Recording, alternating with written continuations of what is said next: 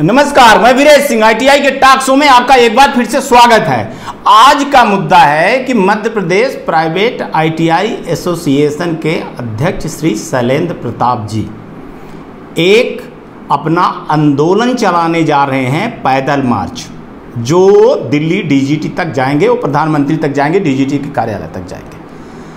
ITI वालों की बहुत समस्याएं हैं जिसकी सुनवाई नहीं हो रही है, बल्कि उल्टा इनकी कार्रवाई हो रही है। अगर कोई डीजीटी में शिकायत करता है तो डीजीटी वाले इनके ऊपर कार्रवाई कर देते हैं। बताइए प्रधानमंत्री जी, ये वीडियो मैं आपको टैग कर रहा हूं, और माननीय प्रधान जी और पीएमओ, साथ में डीजीटी और स्टेट गवर्नमेंट, आप लोग खुद ही सुनिए आईटीआई के अध्यक्ष क्या बोल रहे हैं और कितने बेबाकी से अपनी आवाज वो बता रहे हैं। ऐसा नहीं है कि वो एक पक्ष रख रहे हैं, वो डीजीटी के साथ साथ प्राइवेट आईटीआई में जो हो रहा है दलाली, माफिया, धांधली, उसके बारे में भी बेबाकी से आवाज उठा रहे हैं। ये कोई जो शो है आईटीआई का टॉक शो, ये कोई एक प्राइवेट आईटीआई के लिए टॉक शो नहीं है, ये गवर्नमेंट के लिए भी है। गवर्नमेंट का भी जो सारे रूल रेगुलेशन होता है, जो सारी चीजें आती हैं, वो प्राइवेट आईटीआई तक पहुंचा जाती हैं। माननीय मंत्री जी, आपसे निवेदन है कि आपका जो आत्मनिर्भर भारत कौशल भारत है, तो उसमें बहुत बड़ा दाग लगने वाला है और लग रहा है, और छात्रों के साथ बहुत बड़ा खिलवाड़ हो रहा है। तो आइए आज के शो में हमने बात किया मध्य प्रदेश आईटीआई एसोसिएशन के अध्यक्ष श्री शैलेंद्र प्रताप जी से। बात किया मैंने खुद, देखिए क्या कहते हैं शैलेंद्र प्रताप सिंह जी। नमस्कार, मैं हूं वीरेश सिंह। आईटीआई के टॉक शो में आपका एक बार स्वागत करता हूं। इस बार का जो मुद्दा है, तो बहुत सारे आईटीआई के एसोसिएशन वालों ने पैदल मार्च आंदोलन की घोषणा की है। तो मैं पहले बात कर रहा हूं आईटीआई महासंघ मध्य प्रदेश के अध्यक्ष श्री शैलेंद्र प्रताप सिंह जी से। शैलेंद्र प्रताप सिंह जी एक बहुत जुझारू, कर्तव्यनिष्ठ, साहसी, प्रतिभावान के व्यक्ति हैं, जो कि कई वर्षों से प्राइवेट आईटीआई की आवाज उठा रहे हैं और बुलंद कर रहे हैं। साथ में वो आईटीआई की समस्या को लेकर के तरह तरह के आंदोलन करते रहते हैं। आज हम उनको आईटीआई टॉक शो में उनको बात करने के लिए बुलवाए हैं। देखते हैं शैलेंद्र जी क्या अपना वक्तव्य रखते हैं और क्या अपने उद्देश्य पूर्ति के लिए वो हमसे बात करते हैं। तो चलिए मैं बात करता हूं। शैलेंद्र जी नमस्कार, मैं वीरेश सिंह आपको आईटीआई टॉक शो में स्वागत करता हूं। सर जी बहुत बहुत धन्यवाद, आपका आभार एवं साधुवाद। सर आपने मेरे माध्यम से समस्त आईटीआई की समस्या उठाने के लिए मुझे चुना है। जी जी जी जी सर आपका जो ये आंदोलन है पैदल मार्च का, जो आप 2-3 दिन में आप चालू करेंगे, तो सर इसका मेन उद्देश्य क्या है? वीरेश जी, जैसा कि आप देख रहे हैं आईटीआई की हालत कितनी बदतर है कि आप खुद सोचिए। आज की डेट में जो नया डाटा है उसमें करीब 18-19 का जो बच्चा है, करीब मेरे हिसाब से 10 लाख तो मात्र जो है 18 का पेंडिंग है। जी अगर 19 को मिला लेते हैं तो 19 के डाटा को मिला के 40 लाख स्टूडेंट भारतवर्ष में ऐसा है जिसकी पेपर डीजीटी नहीं करा पाई। जी जी जी जिसकी फीस मार्च में ये ले चुके हैं। जी जी जी और उसका भी इनके पास कोई ऐसा सिस्टम नहीं है कि वो ये शो कर सके कि मैंने फीस भरी है तो मेरे बच्चे पेड हैं, उसको भी अनपेड दिखा दें। जी जी जी इतना सिस्टम फेलियर होने के बाद इस कोरोना काल में जबकि लोग अपना किराया, आईटीआई बिल्डिंग का किराया नहीं निकाल पा रहे, इलेक्ट्रिसिटी मीटर का बिल नहीं दे पा रहे, उस दौरान भी इन्होंने कहा कि आप आदेश स्टाफ की सैलरी दीजिए। आईटीआई वालों ने दिया जी, इन्होंने लेटर बना के डाल दिया, दाम दीजिए पीएम केयर में, वो भी किया, कोविड केयर में वो भी किया। जी जी लेकिन आपको सोचिए इस कंडीशन में जब बच्चा घर से बाहर नहीं जा रहा है, संचालकों ने, बच्चों ने, बच्चों के पालकों ने कहीं से कैसे भी पैसा लेके फीस भरी। जी जी जी आज मेरे अनुमान से 70 लाख पूरे भारतवर्ष में ऐसा बच्चा है जिसका आज तक पेपर नहीं हुआ। जी जी। कायदे से 2019 का 2021 में सेशन समाप्त होना चाहिए। जी जी जी। लेकिन अभी तक प्रथम पेपर कंप्लीट नहीं हो पाया। जी जी जी।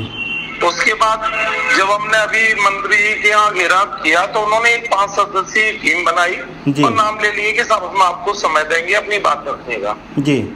मंत्री जी तो स्वयं मिले ही नहीं थे, उनके जो पीएस थे उन्होंने अटेंड किया तो हम लोग उस पर एग्री हुए, लेकिन आज तक कोई समय नहीं दिया गया। जी। डायरेक्टर जनरल माननीय समीर राव जी से मिलने जब भी जाते हैं तो वो हमारी समस्याएं नहीं सुनती हैं। जो डायरेक्टर जनरल केवल हमारे लिए है जी, जो आईटीआई की डायरेक्टर जनरल है, कौशल विकास विभाग के डायरेक्टर जनरल है, वो जब आईटीआई के प्रतिनिधियों से बात नहीं कर पाएंगे, उनकी समस्याएं नहीं सुनेंगी, जो हमारा संस्था प्रमुख हमें सुनेगा ही नहीं जी, तो आप बताइए हमारी समस्याओं का हल कैसे होगा? बिल्कुल सही बात है। जब ये सारी चीजें सामने आई, आज लगभग राष्ट्रीय और प्रांतीय जो संगठन है उन्होंने एक साथ ये बीड़ा उठाया कि हम पदयात्रा करें और जाकर दिल्ली में प्रधानमंत्री नरेंद्र मोदी जी को अपनी बात रखें जी, क्योंकि एक्चुअल में नरेंद्र मोदी जी का ही सपना था कौशल भारत और समृद्ध भारत, रोजगार, यहाँ पे आत्मनिर्भर भारत। जी जी, आत्मनिर्भर भारत ऐसी सोच लेके चल रहे थे। जी जी जी। आईटीआई संचालक उसमें लगा हुआ है, निरंतर उसके लिए कार्यरत है, लेकिन सरकार से, मंत्रिमंडल से, मंत्रालय से और हमारे डायरेक्टरेट जो कि डीजीटी है उसके द्वारा इस पर कोई कार्रवाई नहीं की जाए जी। बल्कि अगर मैं जाके ज्ञापन देता हूँ या कोई भी एसोसिएशन के पदाधिकारी जाके वहाँ ज्ञापन देते हैं तो उसकी लिस्ट बना ली जाती है, उन एलिगेशन लगा के उनको जो है उनके कॉलेजों को, संस्था को ही समाप्त कर दिया जाता है। अच्छा, एक मिनट सर, अगर कोई शिकायत करता है, कोई आईटीआई वाला व्यक्तिगत शिकायत करता है आईटीआई के नाम से, तो क्या डीजीटी उसके ऊपर दुर्भावना रूप से कार्रवाई करती है? इसका मैं आपको उदाहरण देता हूँ जी। ग्वालियर से शिकायत गई पंकज सिकरवार नामक व्यक्ति की जी। वो पंकज सिकरवार आज से 5 वर्ष पूर्व एनकाउंटर में मारा जा चुका है जी जी जी, जिसके लिए हमने यहाँ पे एसपी को और कलेक्टर को भी आवेदन दिया जी। अब आप बताइए, ऐसी शिकायत जो कि छुप के दूसरे की आइडेंटिटी से की जा रही है जी, क्या वो सही हो सकती है? बिल्कुल नहीं हो सकती। जो व्यक्ति 5 साल पहले खत्म हो चुका है वो कैसे शिकायत करेगा? इसका मतलब कहीं ना कहीं वो शिकायत दुर्भावनापूर्ण है। बिल्कुल। और डीजीटी का ये फर्ज है कि उसको पहले जांच लिया जाए जी, लेकिन ऐसा नहीं है। डीजीटी क्या करती है, सीधे शोकॉज नोटिस निकाल देती है। अच्छा। और ऐसी कई आईटीआई हैं जिनका कोई फॉल्ट नहीं था, उनके शोकॉज नोटिस निकल गए, तो उनके लिए पूरे क्षेत्र में आप खुद सोचिए, वो तो मतलब बहुत धैर्यवान है मेरे आईटीआई के संचालक के डीजीटी के ऊपर मानहानि का दावा नहीं करते। इस आईडी से एक संचालक है, गोरमी पड़ता है भिंड के पास जी जी, वो व्यक्ति अपनी आईडी से लॉगिन करने में सक्षम नहीं है जी। मतलब इतना टेक्निकल नहीं है, क्योंकि गांव का व्यक्ति है, आईटीआई कॉलेज खोल लिया रोजगार के लिए जी। पता नहीं उसका स्टाफ है क्या है, जो स्टाफ था उसने वो चला गया छोड़ के, तो उसने उसके सारे आईडी पासवर्ड चेंज कर दिए। वो 2 वर्ष से पत्र व्यवहार कर रहा है डीजीटी से कि श्रीमान ये मेरी संस्था है, इसका आईडी पासवर्ड सेट कर दीजिए जी। मेरे 2020 के बच्चे भी पेंडिंग है, मुझको उनको पोर्टल पे लेना है जी। उसके साथ क्या किया गया, उसका एक लेटर जारी होता है कि साहब आपकी आईडी से मध्य प्रदेश, महाराष्ट्र और कई प्रांतों में धांधलेबाजी की गई जी। जबकि वीरेश जी आप हम सब पढ़े लिखे हैं जी, टेक्निकल हैं, एक संस्था की आईडी केवल लॉगिन करने के बाद आपकी कार्यपूर्ति कर सकती है, अन्य किसी आईटीआई में छेड़छाड़ करने का कोई भी मतलब उस पर वो नहीं, पावर नहीं। बिल्कुल सही बात है, तो इसका मतलब अगर छेड़छाड़ हुई है तो उसका आईपी एड्रेस डीजीटी, बिल्कुल बिल्कुल आईपी एड्रेस मिल जाएगा, आईपी एड्रेस मिल से कार्रवाई हो सकती है। बिल्कुल आप सही कह रहे हैं। और उस कार्रवाई में कोई ना कोई डीजीटी का वरिष्ठ अधिकारी लिप्त होगा। बिल्कुल बिल्कुल बिल्कुल, पहले उस पर कार्रवाई कीजिए ना जी जी जी जी जी। जो व्यक्ति अपना लॉगिन नहीं कर सकता वो व्यक्ति क्या किसी की आईटीआई में छेड़छाड़ कर सकता है? बिल्कुल भी नहीं। तो इसका मतलब आज की डेट में मैं तो खुल के बोल रहा हूँ जी जी कि हमारा जो डीजीटी डिपार्टमेंट है इस बात पे मैंने वहाँ आवाज रखी जी कि भारतवर्ष में कई आईटीआई ऐसे जनरेट हुई जिनके कोई कभी इंस्पेक्शन नहीं हुए, कहां से आई जी। जो सीट बढ़ने का मुद्दा ये बार बार उठाते रहे जी। मेरा ये मानना था कि आप पूरे मध्य प्रदेश नहीं, पूरे भारतवर्ष की ऐसी आईटीआई है, उनकी सीबीआई जांच कराइए। जी जी जी।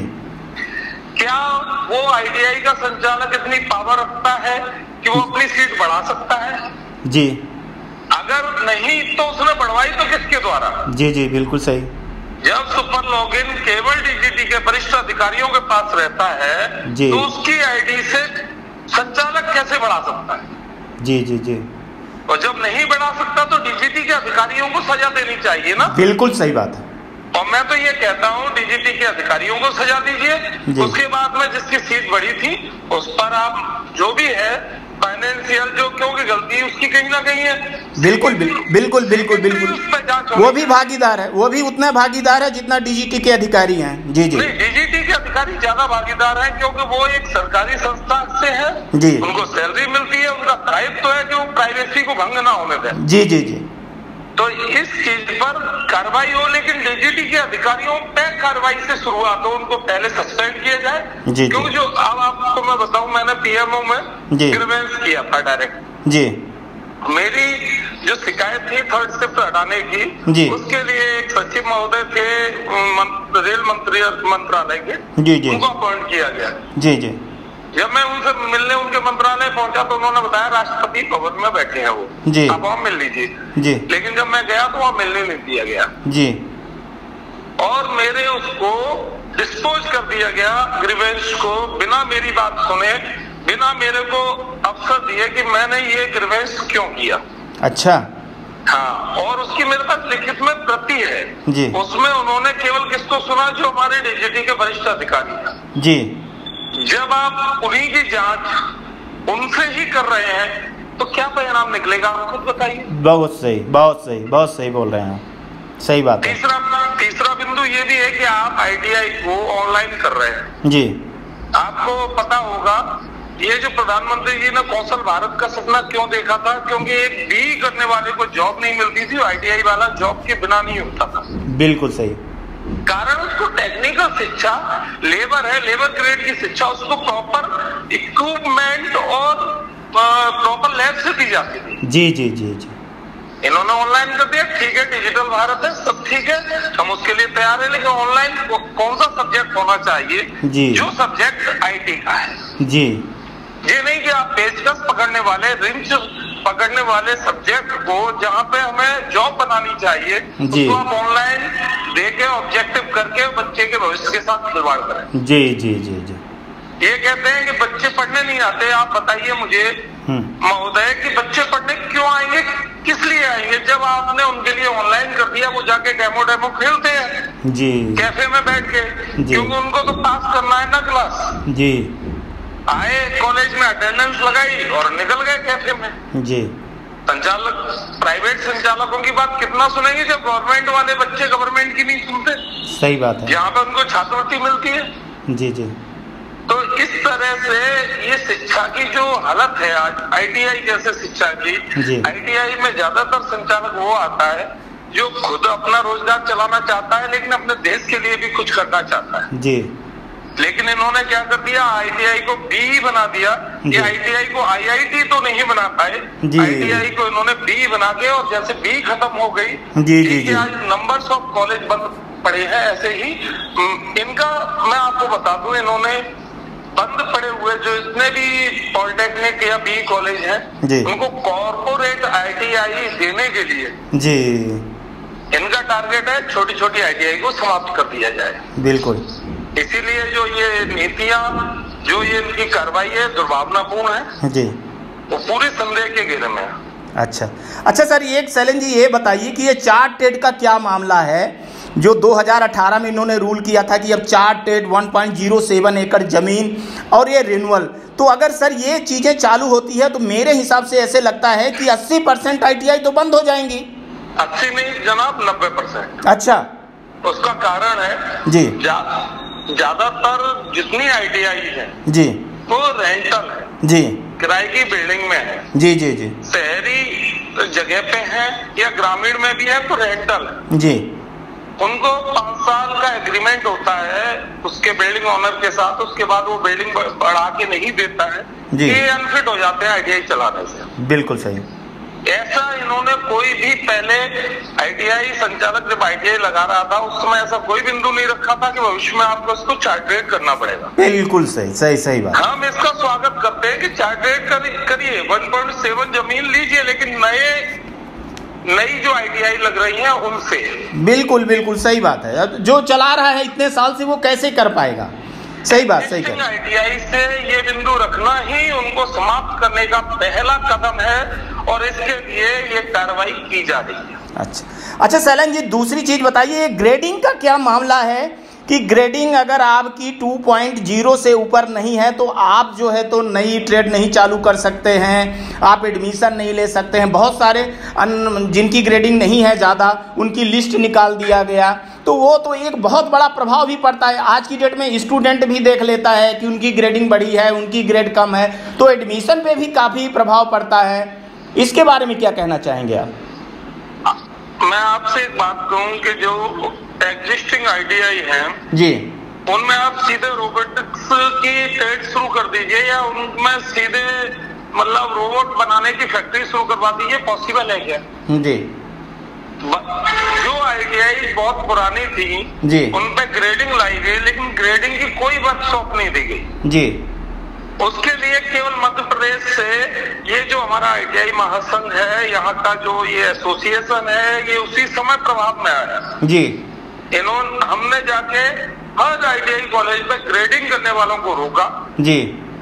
तब डीजीटी से जो वहाँ के वरिष्ठ अधिकारी थे साउथ इंडियन, वो यहाँ आए जी। उनने पूछा भाई परेशानी क्या? मैंने कहा परेशानी ही परेशानी है जी। आप जो चीज हम पर लागू कर रहे हैं, जो चीज हम पर थोप रहे हैं जी, उसके बारे में पहले वर्कशॉप तो दीजिए। बिल्कुल, अवेयरनेस प्रोग्राम तो चलाना चाहिए। जी जी।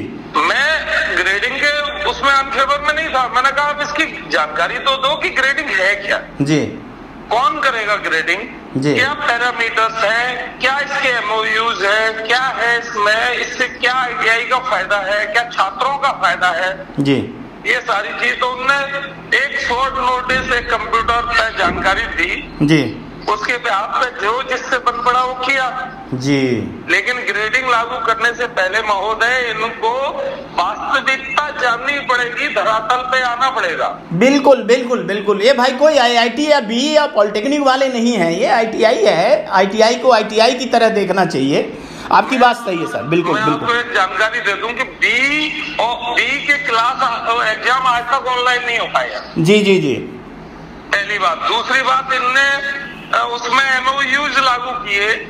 कोई भी फैक्ट्री वाला, कोई भी संस्था वाला गवर्नमेंट आईटीआई से एमओयू करेगा, ना कि प्राइवेट आईटीआई से। जी जी जी। क्योंकि उसके लिए इन्होंने उसमें एक अमेंडमेंट कर रखा है, एक नियम बना रखा है, तो उस पर्टिकुलर इंडस्ट्रियल एरिया के लोगों को गवर्नमेंट आईटीआई से एमओयू करना पड़ता है। जी जी जी। लेकिन वहाँ निजी संस्थानों का कोई लाभ, कोई जगह नहीं है। जी जी। मैं आपको बता दूं, गवर्नमेंट की जो एससीबीटी थी, जो स्टेट आईटीआई थी, जी जी, उनको विदाउट नॉर्म पालन किए एससीबीटी में नंबर्स ऑफ आईटीआई को कन्वर्ट कर दिया गया। जी। जिनके पास ना इंफ्रा था, ना पूरी मशीनरी थी, ना पूरा मैनेजमेंट था, ना पूरा स्टाफ था। जी। जबकि प्राइवेट में ये सब कुछ देखते हैं। जी। अब आप जब एमओयू कर रहे हैं जिसके बेस पे ग्रेडिंग होनी है, तो पहले अनिवार्य करिए ना प्राइवेट और गवर्नमेंट दोनों के लिए। बिल्कुल सही बात कर रहे हैं, बिल्कुल। जब हमारे छात्रों को अभी अब आपको मैं और बताऊं, एक एडमिशन में प्रावधान है डीएसटी जी, जो अप्रेंटिस के तहत आता है, जिसमें जो छात्र होता है वो एडमिशन तो आईटीआई में लेता है जी, लेकिन जिस कंपनी से उसका एमओयू होता है वहां पे जाके जॉब करता है जी, अप्रेंटिसशिप में वो काम सीखता है जी, जिसके लिए उसको स्टाइपेंड भी देना पड़ता है जी। पहले कंपनी हम लोगों से एमओयू कर भी लेती थी जी, फिर गवर्नमेंट ने निकाल दिया कि साहब इनको पीएफ देना पड़ेगा, तो कंपनियां क्यों झंझट में पड़े, इसलिए एमओयू कैंसिल कर दी है। बिल्कुल सही कह रहा। तो ये नई नई नीतियां तो लाते हैं, बेस और धरातल को नहीं देखते। आप मुझे एक छोटा सा मैं आपसे प्रश्न कर रहा हूँ, उसका आप मुझे जवाब दे सकते हैं कि आप आईटीआई की बहुत जानकारी रखते हैं, बहुत लंबे समय से कार्यरत। जी जी जी। क्या पीएमकेवाई के लिए आईटीआई संस्थान से अच्छा कोई अन्य संस्थान हो सकता है? बिल्कुल भी नहीं हो सकता। ये तो बेसिक चीज है। मैं सर टॉक शो में उठाता हूं कि अगर बी वालों को आप काम करने के लिए किसी कंपनी में बोलेंगे सर, तो वो काम नहीं करेगा। वो चूंकि सर 4 लाख 5 लाख रुपए दे करके वो बी किए रहता है। पॉलिटेक्निक वाले को लिए कहेंगे तो वो नहीं कहेगा। आईटीआई वाले को कहेंगे सर, तो वो कुर्सी टेबल में चढ़ करके पंखा उठा लेता है, काला पीला हो जाता है। और जो काम आईटीआई वाला कर सकता है सर, तो वो कोई काम नहीं कर सकता है, बिल्कुल भी नहीं कर सकता है। और देश के विकास में, भागीदारी में, आगे बढ़ने में जो वर्कर का काम है सर, उसको बी वाला या पॉलिटेक्निक वाला नहीं कर सकते। आपकी बात जायज है, मैं मानता हूं सर। दूसरा क्या, इन्होंने क्या किया, पीएमकेवाई 1, 2, 3 जो अभी चल रहा है, जी जी जी, कॉर्पोरेट घरानों को दे दिया। जी जी जी। उन्होंने क्या किया, इंफ्रा लगाया, दिखाया सब कुछ, लेकिन उनका धरातल पर देश जीरो रहा। मैं ये दावा करता हूँ अगर सीबीआई से जांच कराई जाए जी, तो जितना फंड पीएमकेवाई के लिए दिया गया, ये पूरा उस फंड का दुरुपयोग है जी। कोई छात्र उससे टेक्निकल प्रभावित नहीं हुआ है जी, किसी छात्र को उससे लाभ नहीं हुआ है जी। केवल ये आंकड़े दिखाने भर के लिए है, क्योंकि वो छात्र सब जुगाड़ से लाए जाते थे जी, और उनसे जुगाड़ से ही उनके सर्टिफिकेट बांट के उनकी खानापूर्ति की जाती थी। सैलन जी, 2 क्वेश्चन, बहुत टाइम हो गया, 2 क्वेश्चन और एक चीज हमको ये बता दीजिए कि बहुत सारे प्राइवेट आईटीआई को भी शिकायत में आ रही है कि वो एडमिशन फर्जी रूप से कर रहे हैं। कई स्टूडेंट मेरे को बोलते हैं सर, किस तरह से दलाल और माफिया भी हावी हो रहा है इस प्राइवेट आईटीआई में, तो उनके बारे में क्या कहना चाहते हैं? ये बहुत अच्छा सवाल उठाया। इससे पूरा आईटीआई प्रभावित हो रहा है। बल्कि मैं आपको बता दूं, मैं लोकल, मेरा निवास ग्वालियर में है जी। कई बार मैं थानों में और उनमें जाके आवेदन देता हूं कि कोई भी दलाल होता है उसके खिलाफ कार्रवाई की जाए। बहुत बढ़िया। लेकिन इसकी समस्या पर डीजीटी को कार्य करना चाहिए कि भाई कोई एडमिशन फर्जी कैसे हो सकता है जी, जो एडमिशन प्रॉपर चयन से हो रहा है जी। अब एमपी का एडमिशन ले लीजिए, पहले ये क्या करते हैं, एमपी ऑनलाइन उसका रजिस्ट्रेशन करते हैं जी जी, उसमें सफल रजिस्ट्रेशन होने के बाद ओटीपी आने के बाद उस एडमिशन को डीएसटी पे डाला जाता है जी।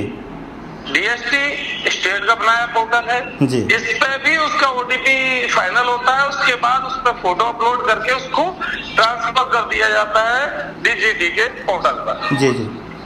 अब मुझे बताइए इस प्रक्रिया में फर्जी एडमिशन की जगह कहाँ है? कहाँ है? सही कह रहे हैं, बिल्कुल सही कह रहे हैं। पहला पॉइंट। दूसरा पॉइंट ये है कि अगर ऐसा हो रहा है जी, तो डीजीटी को उस पर कार्य करना चाहिए, डीजीटी को छात्रों के हित में काम करना चाहिए। आपको मैं बहुत बड़ा दुर्भाग्य बता दूं, मध्य प्रदेश का बता दूं, अभी सेमेस्टर प्रणाली की परीक्षा आयोजित हो रही है, वर्तमान में चल रही है, जिसमें बच्चे 2014 से जी अभी तक मतलब 2017 तक के बच्चे उसमें भाग ले रहे हैं जी जी।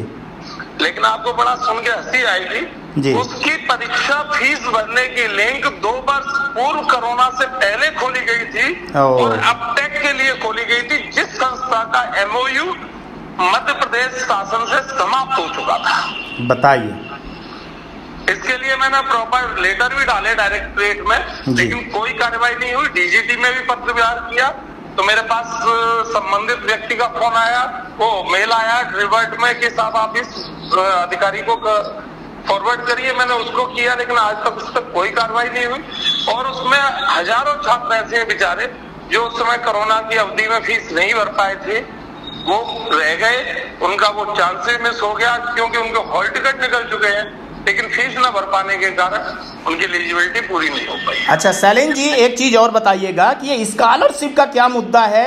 क्या स्कॉलरशिप मध्य प्रदेश में ही कम मिल रही है कि और स्टेट में मिल रहे हैं? इसका क्या वो है और क्या आप लोगों ने ज्ञापन दिया, यहाँ के मुख्यमंत्री या अधिकारियों से मिले, इसके बारे में क्या कहना चाहते हैं? महोदय धन्यवाद, आपने बहुत आवश्यक पॉइंट उठाया। ये बल्कि यह कह सकते हैं आप कि नब्ज में ब्लड का पॉइंट है ये। नहीं, मैं देखता रहता हूँ, आप ग्रुप में बहुत सारी बातें उठाते रहते हैं, वही बातें जो आप उठा रहे हैं वही मैं आपको रिपीट कर रहा हूँ सर। आपको मैं बताऊं, मैंने कई बार स्टेट डायरेक्टर से, हमारे जो मंत्री महोदय थे अभी इससे पूर्व, और भी संबंधित विभाग के मंत्री है, उनसे ये बात रखी कि डीजीटी की जो निर्धारित फीस है वो 16,000 रुपए पर ईयर है, ग्रामीण के लिए 17,000 पर ईयर है, शहरी के लिए 1 ईयर की इलेक्ट्रीशियन ट्रेड में जी जी जी। लेकिन हमारे स्टेट वाले उस लेटर को यहाँ पर एक्सेप्ट नहीं करते हैं जी। गवर्नमेंट में चूंकि आरक्षण और उसके स्कॉलरशिप के बेस पे एडमिशन होता है जी, ये बहुत बड़ी रणनीति है शासन की प्राइवेट और निजी आईटीआई को दबा के रखने की कि पहले सरकारी संस्थाएं अपने एडमिशन फुल करती हैं जी, जब उनकी सीट फुल हो जाती है तब वो छात्र हमारे पास आता है जी, और हम उसका एडमिशन करते हैं जी जी। एक ट्रेड इलेक्ट्रिशियन की मैं चर्चा करूं आपसे जी। यूपी में पर ईयर की स्कॉलरशिप 15 से 17,000 है। जी जी जी। राजस्थान में भी सेम है, लेकिन इनके ही पड़ोसी होने के बावजूद जी हमारे यहाँ 4 से 6,000 रुपए स्कॉलरशिप मिलती है। अच्छा, राजस्थान और यूपी में 15,000 रुपए मिलती है और मध्य प्रदेश में 4 से 6,000 रुपए मिलती है। जी, आप इस आंकड़े को उठा के देख सकते हैं। एक्चुअल में क्या है, हमारे यहाँ एक गजट टेस्ट होना था, गजट आना था जी, वो आज तक नहीं पेश किया गया, आज तक नहीं आया। उसके अनुसार जो फीस इसकी जिस कोर्स की डायरेक्टरेट निर्धारित करता है वो मान ली जाती है। बिल्कुल सही कह रहे हैं आप। हमारे मध्य प्रदेश में भी बहुत डिफरेंस है, कहीं 4 मिल रही है तो कहीं 5 मिल रही है तो कहीं 6 मिल रही है। हर जगह एक जैसा नहीं है। जो गवर्नमेंट प्राचार्य ने अपने यहाँ तय कर दिया कि साहब हमने इससे इतनी फीस वसूली है, वही फीस ली जाएगी। अब मेरा क्वेश्चन एक आपसे है, गवर्नमेंट संस्थान को अपग्रेड करने के लिए 42 लाख रुपए, कभी 5 करोड़ रुपए दिए जाते हैं, अब प्राइवेट के लिए कुछ नहीं, जिनमें से आधा वो खा जाते हैं, आधे में उस आईटीआई को अपग्रेड करते हैं। बिल्कुल, क्योंकि प्राइवेट संस्थान को 1 रुपए कभी वित्तीय सहायता नहीं दी जाती, ना लोन के मार्फत न कैसे। और अगर ये स्कॉलरशिप ही मिलने लगे, मेरे हिसाब से लगता है कि अगर 15-16 हजार रुपए आपको स्कॉलरशिप ही मिलने लगे तो इससे एडमिशन और आर्थिक स्थिति भी प्राइवेट आईटीआई की सुधर सकती है। मैं आपको अभी नाम तो नहीं लूंगा, हमारे भोपाल के संचालक थे जी, जिन्होंने अभी आत्महत्या की है क्योंकि एग्जाम न होने के कारण वित्तीय स्थिति बहुत खराब हो गई थी। आत्महत्या कर लिए है जी? अरे बाप रे। उनके यहाँ पर छात्रों के जो पालक थे आए और उनके साथ बदतमीजी की, तो उस मतलब शर्मिंदगी में उन्होंने आत्महत्या की, सुसाइड किया। ओहो, भगवान उनकी आत्मा को शांति दे। बहुत हमारी आर्थिक स्थिति इतनी दयनीय है कि आपको मैं क्या बताऊं। हमारे संचालक कर्जा लेकर के किराया भर रहे हैं क्योंकि छात्रों से फीस आ नहीं रही। उसका भी कारण सुन लीजिए आप जी। ऐसा कोई कोर्स नहीं है जिसकी मार्कशीट डायरेक्ट छात्र ऑनलाइन निकाल सकता है। जी जी जी। हमारे यहाँ एडमिशन लेता है छात्र जी, एग्जाम फीस भी ऑनलाइन भरता है जी, और उसकी मार्कशीट भी ऑनलाइन निकालता है। तो ऐसे में तो सर आईटीआई वाला बेवकूफ बन जाता है। आईटीआई वाले इतने बेवकूफ बने हैं, इतने बेवकूफ बने हैं कि क्या बताइए आप मुझे। ये गवर्नमेंट हमसे कहती है, एक्सक्यूज देती है कि आप छात्र का शोषण करते हैं। ये बताइए छात्र कितना शोषण कर रहे हैं गवर्नमेंट के वजह से। आप उनको मार्कशीट दीजिए ना, ऑनलाइन दीजिए। जैसे सब कोर्सों में बोर्डों में ऑनलाइन छात्र को सूची दी जाती है, मेन अंक सूची लेने के लिए छात्र फीस भरता है संस्थानों में, एनओसी लेनी पड़ती है उसको। सारी फीसें बुक लाइब्रेरी की, लैब की, सारी एनओसी लेने के बाद ही वो लेता है। जनाब हमारे यहाँ तो मार्कशीट लेने नहीं आता तो फीस क्यों देगा? ये एग्जैक्ट बात है। आईटीआई का जो स्तर गिर रहा है धीरे धीरे, इसका मेन प्रॉब्लम ये है। चलिए शैलेंद्र जी, वक्त की कमी है, लेकिन मैं आपको बता दूं, आप जो ये आंदोलन कर रहे हैं सर, तो ये कोरोना के चक्कर में थोड़ी सी सर दूरी बनाइएगा, मास्क करिएगा और मास्क पहनिएगा सर। और मैं आपको बीच बीच में आपसे मैं बात करता रहूँगा और आपके मुद्दे को मैं ज़रूर उठाऊँगा सर। आज आपने जो मेरे को टाइम दिया उसके लिए धन्यवाद, और आपका ये आंदोलन सक्सेस हो, और आप जो ये बात उठा रहे हैं नेक उठा रहे हैं, बहुत अच्छा काम कर रहे हैं। आज तक के लिए इतना ही, धन्यवाद आपका। धन्यवाद आपका भी समय देने के लिए।